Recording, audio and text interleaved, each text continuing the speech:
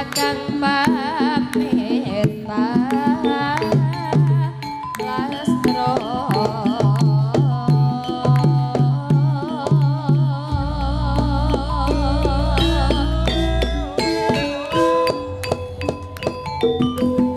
Yogya nira kang para prajurit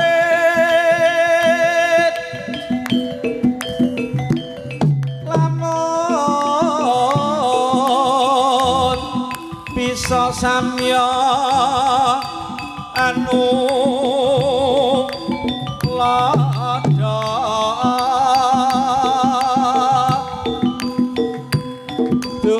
nguni caritane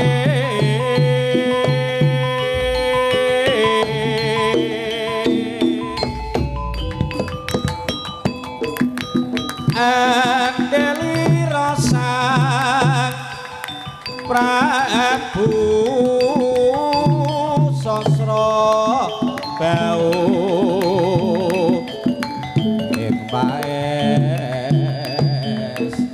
pati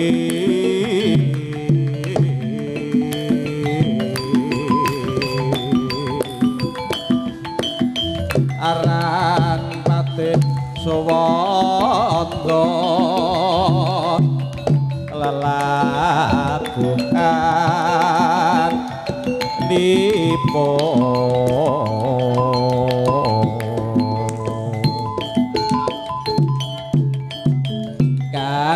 tinelung triprakara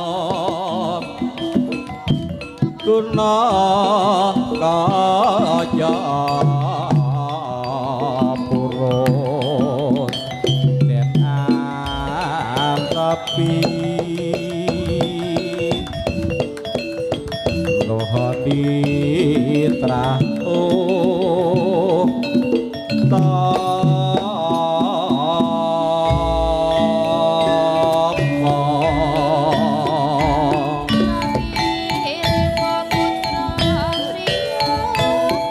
sing tuwa kang kumelun nang kebak yo sak jroning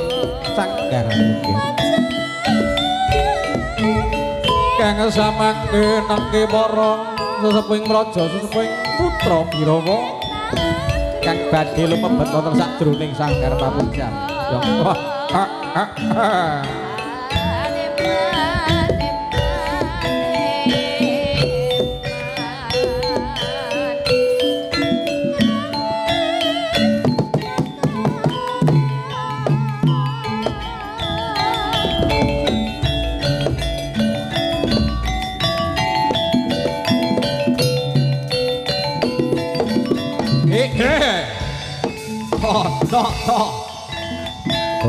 Godlak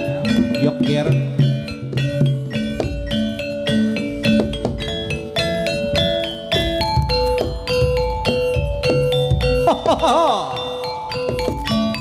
oh yes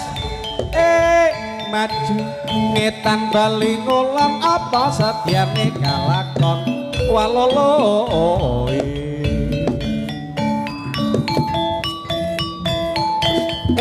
putra Birawan oh yes maju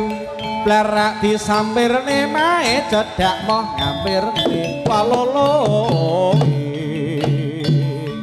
putra Birawa manmeh ya iki manwes tak kandhani yen iki putra Birawa manweh papan kabeneran yo biar papan kabeneran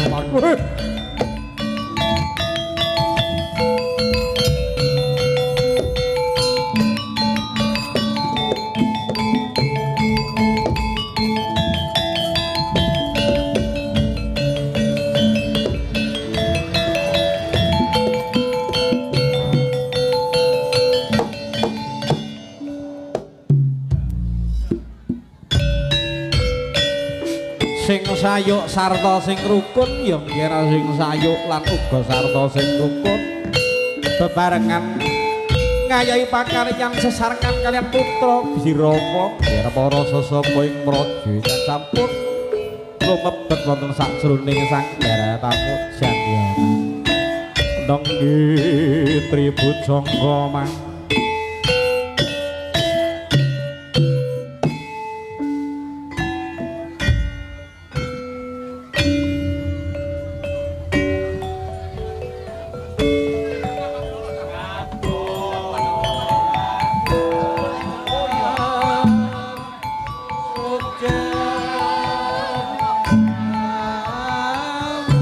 ngaturaken sugeng rawuh ya man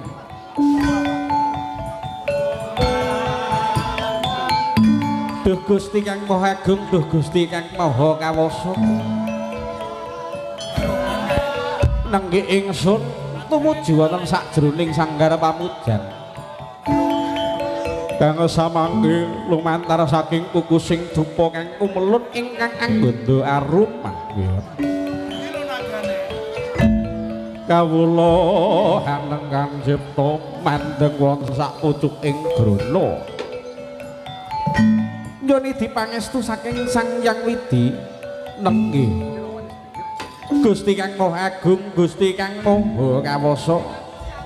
kang samangke mugia tansah pikantuk tugahanipun kawula sesarengan kaliyan putra Birawa tansah manggiha raharja tansah wilujeng kalis ing sambi kala bebasan kawula nyingkrihake sakabehing bebendu ingkang samangke badhe kanggo gawe ana sajroning alun-alun dalu menika bebasan wonten sajroning pemujan ana sajroning jim setan mriprayangan tetek melek ilu-ilu bangaspati lan uga sak pinunggalane lan wonten salah sawijining singa barong kang gegirisi lan uga kang gegilani kang mentara netranya manget tutuk ing menga sak ambaning guwa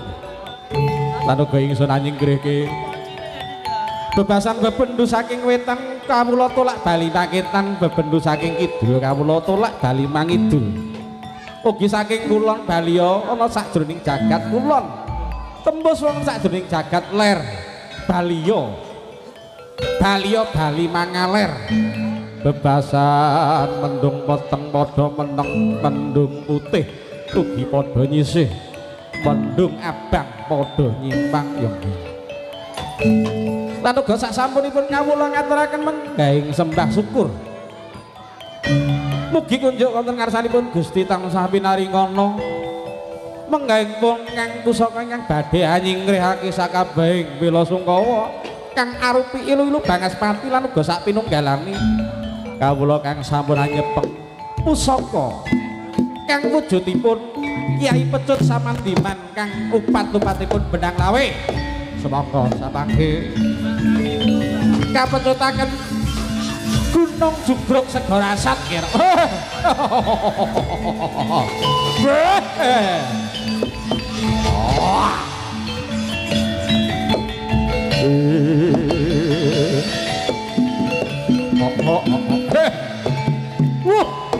mus tariki patur gunging pamun gugus sira nyingkrihake sakabehing bela sangka iki mau wis mingkrih sumingkir ana sajroning putra Birawa wan